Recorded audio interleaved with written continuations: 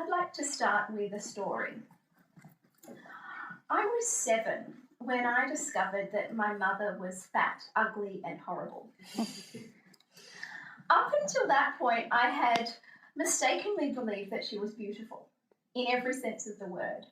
I remember as a kid flicking through photo albums, and I would stare at this photo of my mum on the deck of a boat, and she was wearing a white strapless bathing suit, and she looked so glamorous, just like a movie star. And whenever I got the chance, I would pull out that wondrous bathing suit from the bottom drawer and imagine a time when I would be big enough to wear it, when I would be like her. But all of that changed one day when we were getting ready for a party, and my mum said, "Look at you, so thin, beautiful and lovely. And look at me, fat, ugly and disgusting." And it took me a little while to understand what she was saying, and in the days that followed, I had some revelations that have really shaped my whole life. The first one was, well, my mum must be fat because mothers don't lie. Number 2, fat is ugly and horrible. And number 3, when I grow up, I'll look like my mum. So I'm going to be fat, ugly and horrible too. Now, fast forward 27 years, and I'm sitting at my mother's group, and our 18-month-old toddlers are rolling around on the floor. And one of my friends brings out a plate of cakes. And she says, "I can't have any. They're 2 points each, and I've already had too many points today." My friend is doing Weight Watchers, trying yet again to lose her baby weight. And another friend pipes up and says, "I can't have any either. I have been such a pig today, and you should have seen what I ate on the weekend. It was disgusting." And on it goes. It's fat chat, right? We've all heard it. Most of us have participated in it. But for the first time, it occurred to me that my daughter Violet was listening.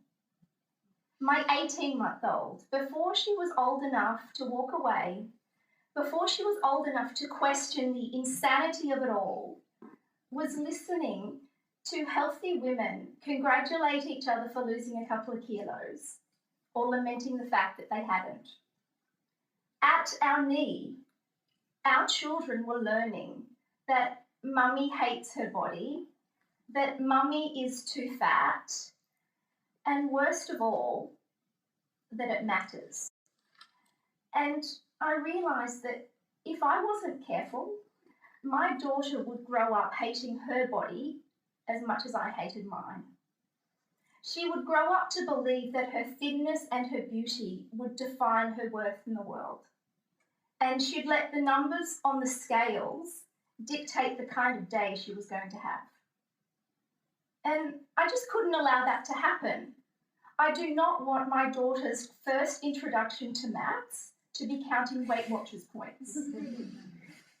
And when Violet looks to me to learn how to be a woman, I needed to be able to show her with my words and my actions that women are good enough just the way they are. And for her to believe me, I needed to believe it myself. But I didn't believe it. That was the problem. I'd read all the feminist literature. I knew what I was supposed to think. But still, you would be amazed how quickly I could reduce my entire identity to the rolls of fat on my stomach.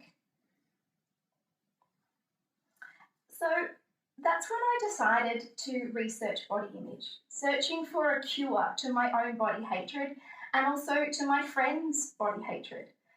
So I've spent the last 14 months interviewing experts and other women and reading everything I can about body image, beauty, cosmetic surgery, fat. And I realised that the politics of fat is personal. And it's not about how you look, it's about how you feel about how you look. And most of us do not feel very good. In fact, one study coming out of the UK suggests that 98% of women feel unattractive at least part of the time. I was truly astounded by my research. Things that I knew to be facts, things that I have believed my whole life to be indisputable truths, turned out to be big fat lies. I found a mountain of research to show that thinness is not the path to happiness. As Rick has already talked about, that diets do not make people thin, and in most cases, they make people fatter. And we can't all just lose weight if only we have enough discipline. And what I found totally amazing, as Jenny has already mentioned, was that on average, fat people do not die younger than the rest of society, despite all that hysteria. And so the evidence shows that people with an underweight or a normal BMI actually die before people with an overweight BMI. We have been conned into believing that body hatred is just part of being a woman. And worse still, that we need to hate our bodies in order to keep ourselves in check. But as we've already talked about, fat in our society isn't just flesh. It's about laziness and immorality and dirtiness and unworthiness. Fat is about failing as a woman, and increasingly it's about failing as a man. It's a hatred that tramples on all of our souls, despite our BMI. And that is the prejudice that is worth killing. Thank you.